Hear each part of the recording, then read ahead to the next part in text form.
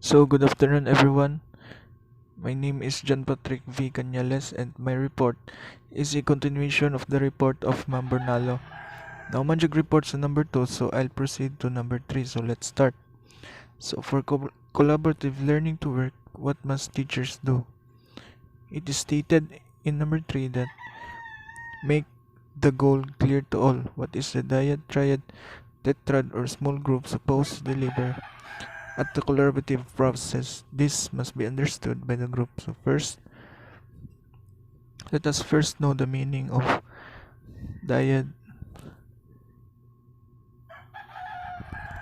triad, tetrad, or small group.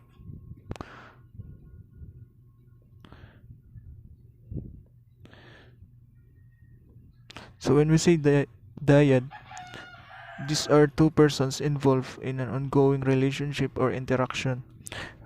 Next is we have the triad. Triad is a group or set of three connected people or things. Next is we have the tetrad, a group or a set of four. And small groups, it is more than 4 but less than 10.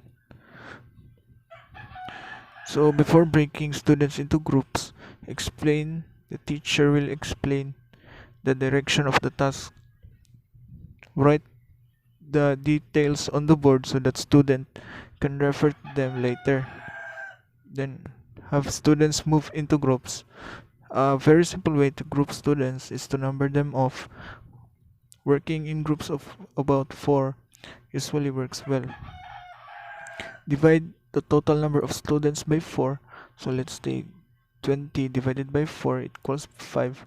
So your students would count off 1 to 5, then start again by counting 1.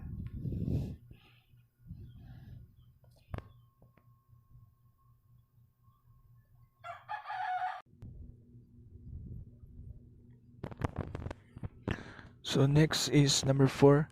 The teacher must ensure that guidelines on procedures are clear, especially on how their performance is assessed.